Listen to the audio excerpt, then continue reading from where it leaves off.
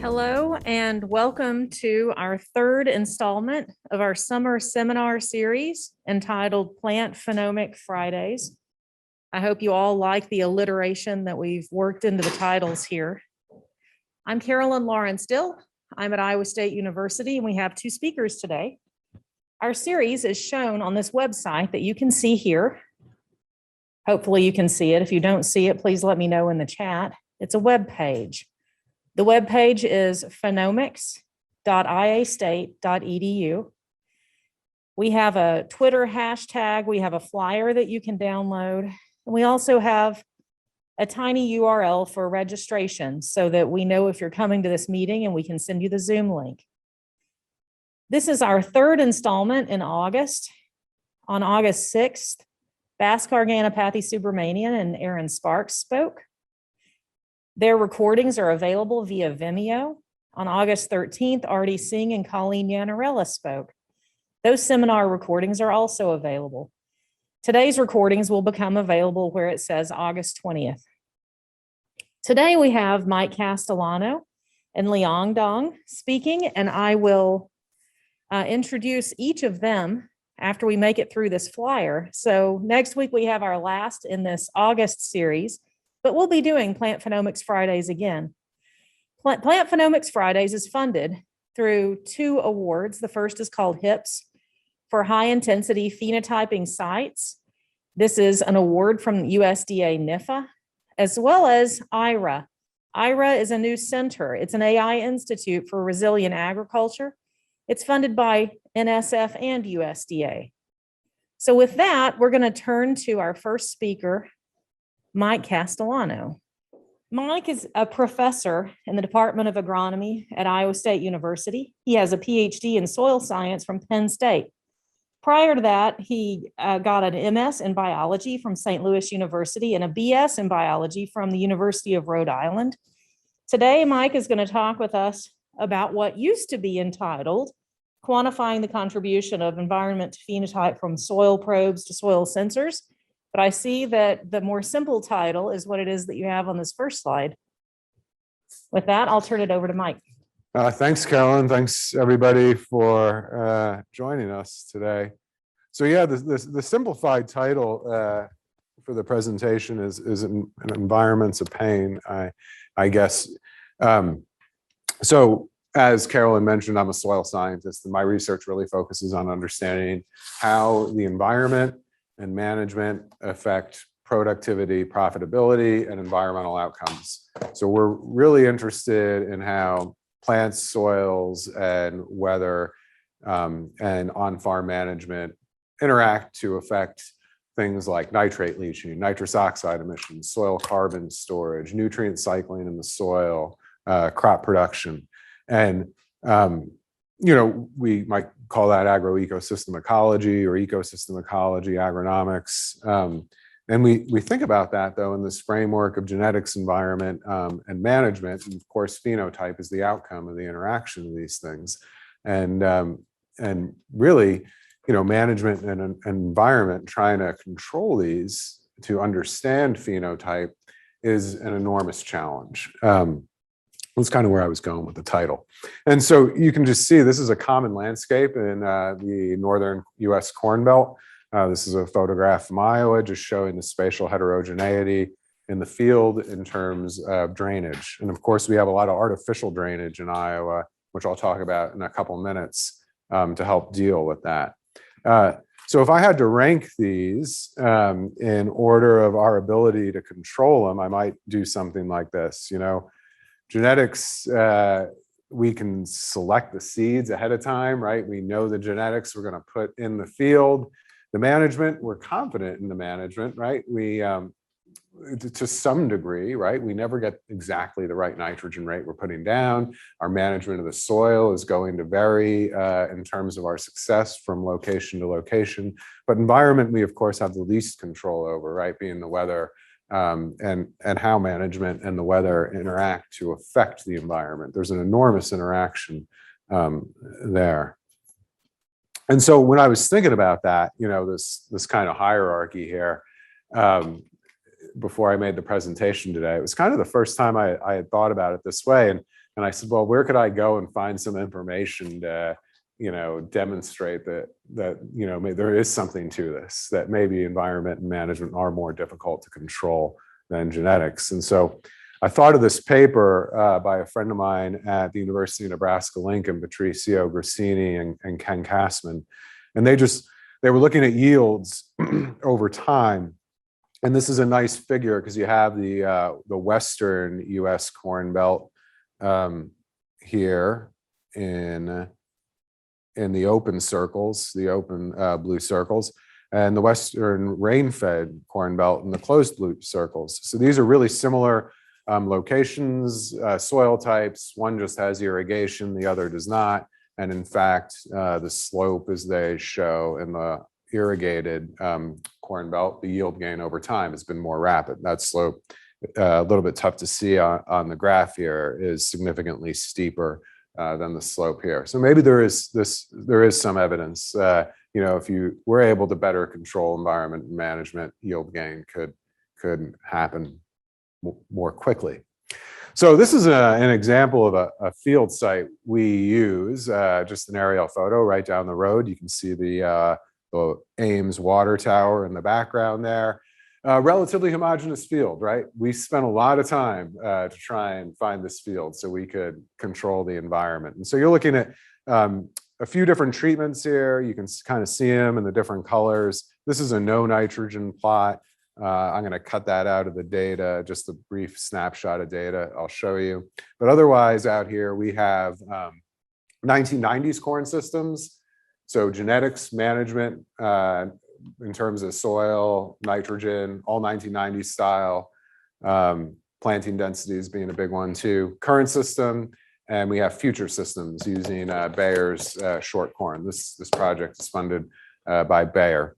Neat thing here is all these plots, they individually drain to drains where we can collect the volume and quality and measure the quality of the water in terms of nitrate losses or any other chemical. And just for those of you that may not be aware, Iowa and much of the rest of the Midwest is intensively drained.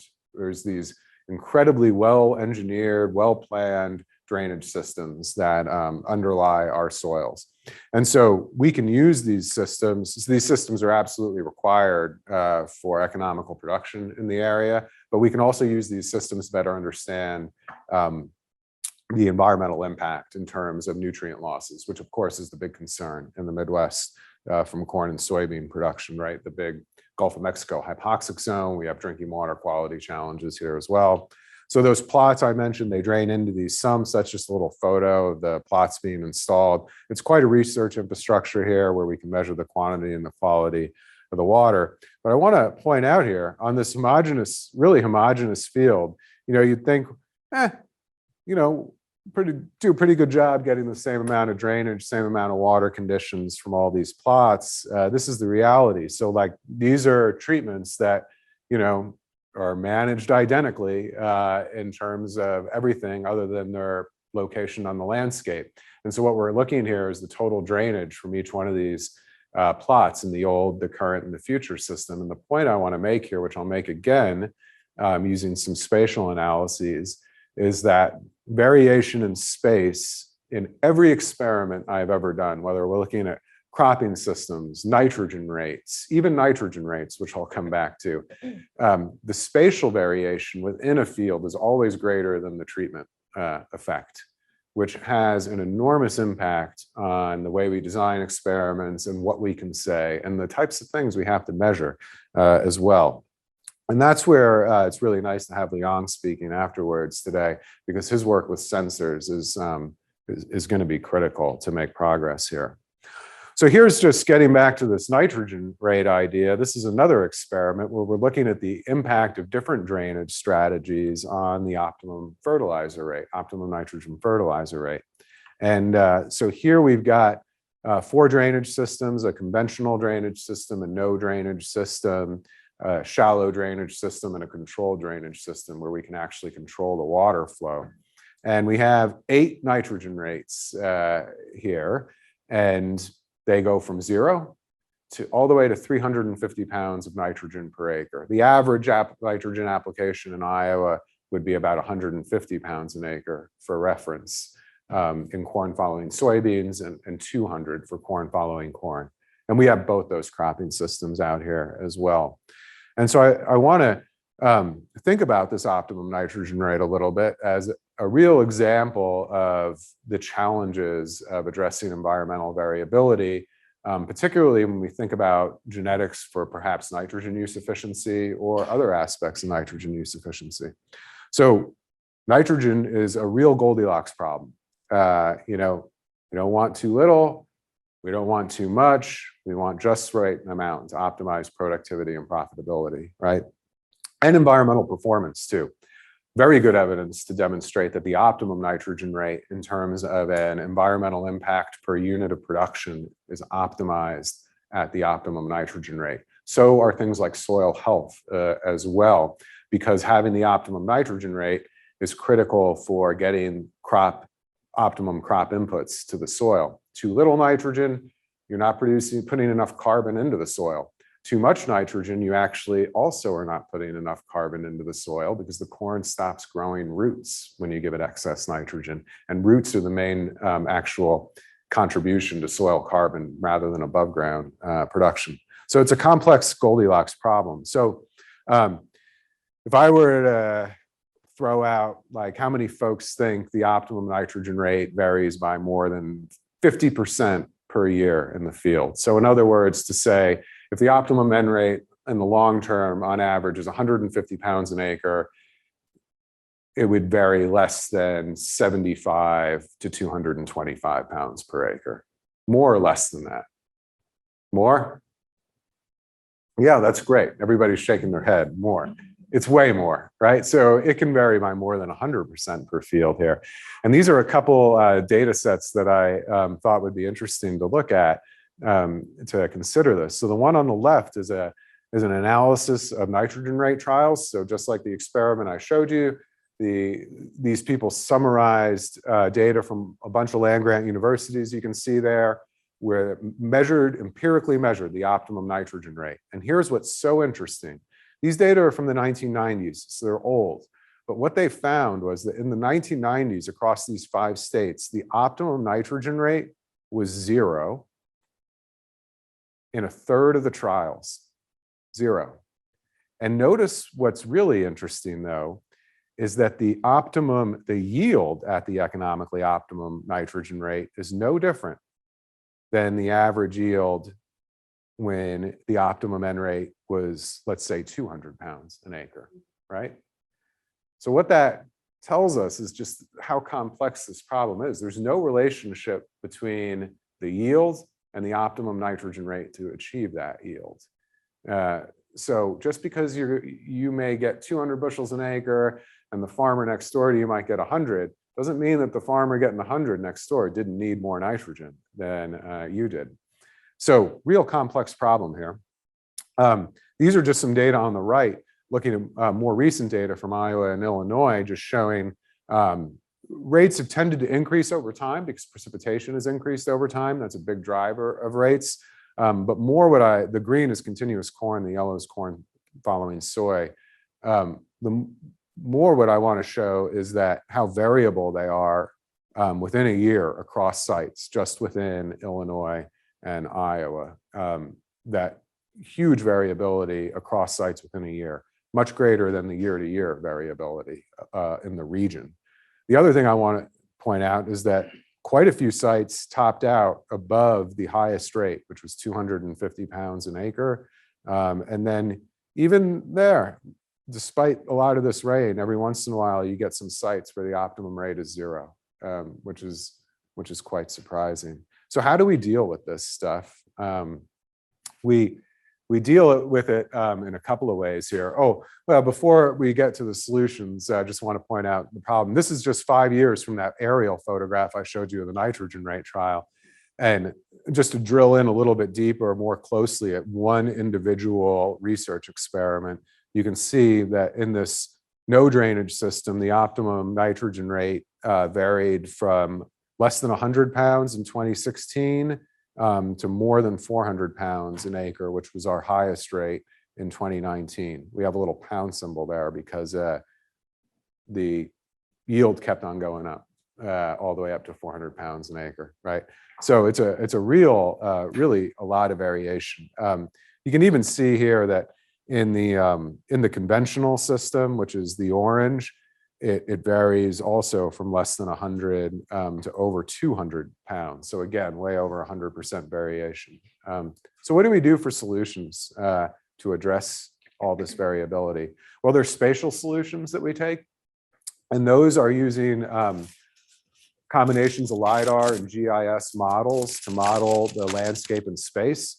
So on the left, we have like our conventional spatial soil maps. On the right, we take those soil maps, combine them with LiDAR and GIS, and we really start to slice and dice the landscape up and look at really in depth, like how does the landscape change in terms of the topographic position, but also the aspect, north, northeast, southeast, southwest, turns out to be really important.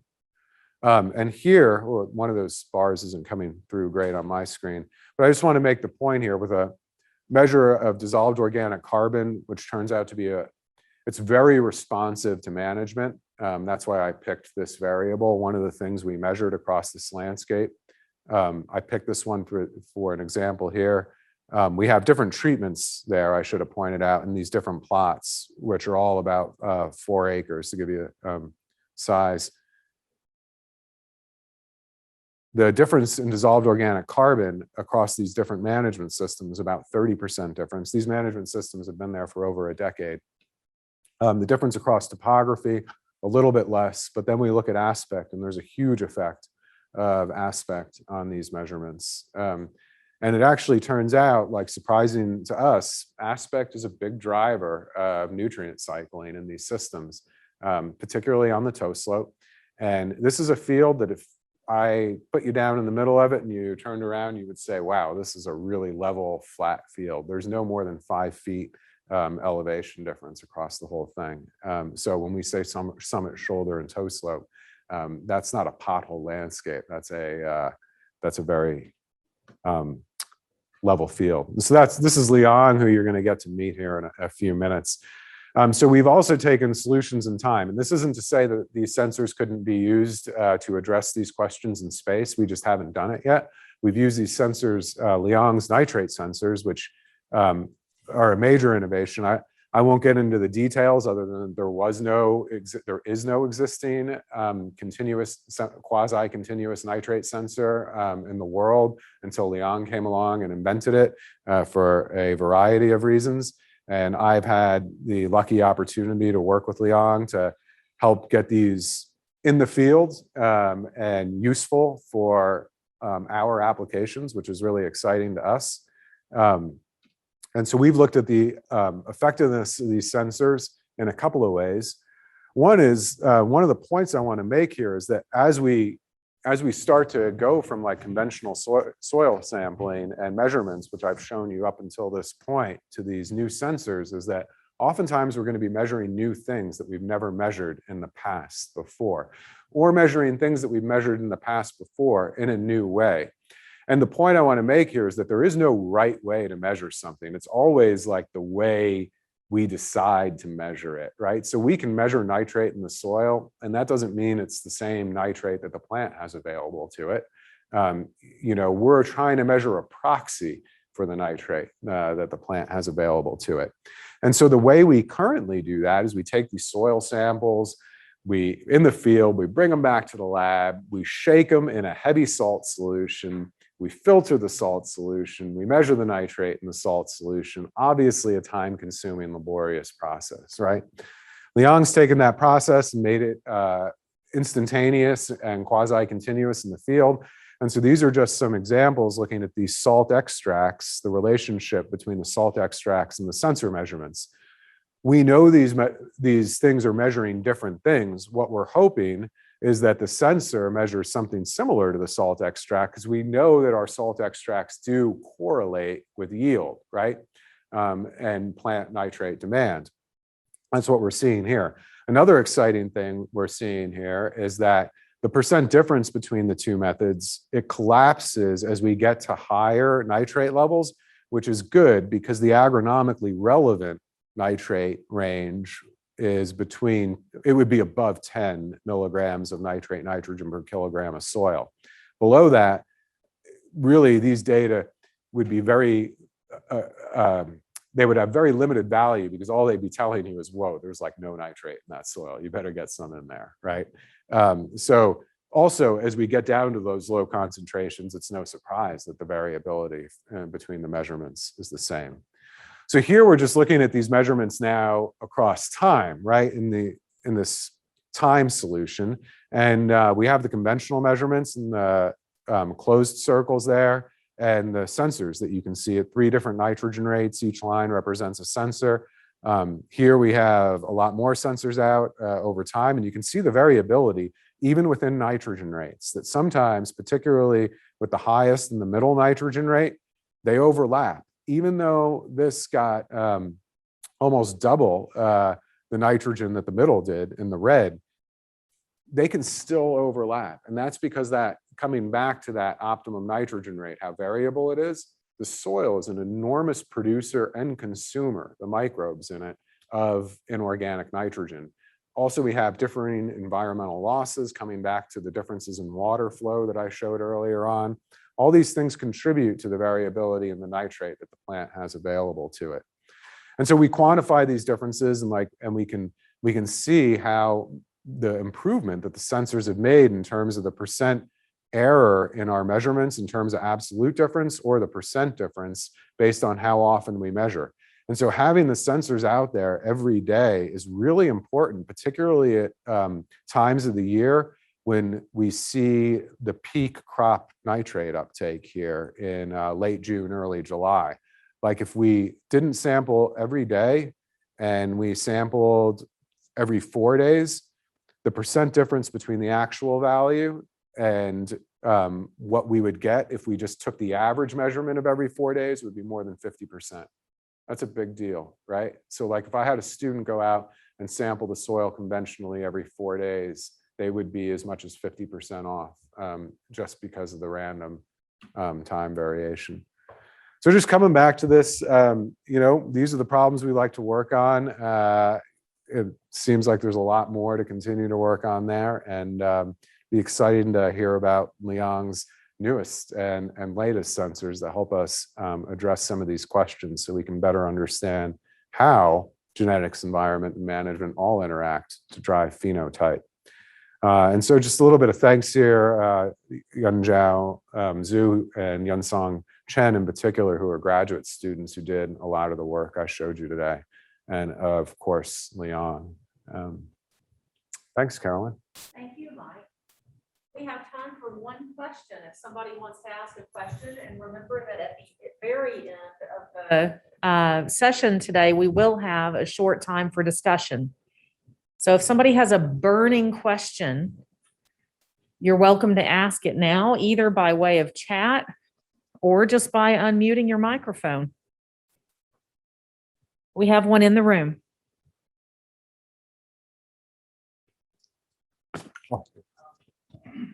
So you show the diagram of Iowa where we have. Would you start again? You look at the optimum nitrogen rate in Iowa. There you found out in some site the optimum nitrogen rate is 0, right? So did you look at using the sensor? Did you see that what's going on in the site? Did you get any data? That's a great question. So can the sensors help us predict those 0 nitrogen? Like what, if we could predict these 0 nitrogen sites, what a benefit it would be to profitability and environmental quality, right? We wouldn't have to put any nitrogen on. And so Liang has another sensor that we've been using a lot to do this, and that's a cornstalk nitrate sensor. And so that sensor, it measures the nitrate in the stalk, and we've been doing that right at the V6, V7 stage where the stalk tip comes right above the ground. And we find a lot of promise there for that sensor, more so than even the soil sensor, to identify those sites that maybe don't need fertilizer, but even more so, I'd say at this point, sites that absolutely are going to need fertilizer. And that's really important at that stage because that's a growth stage where we can get that information, yet with like our eyes or even UAV, you can't see those differences in the chlorophyll yet in the plant. Great question. Thank you, Mike. Yeah, thanks, Carolyn.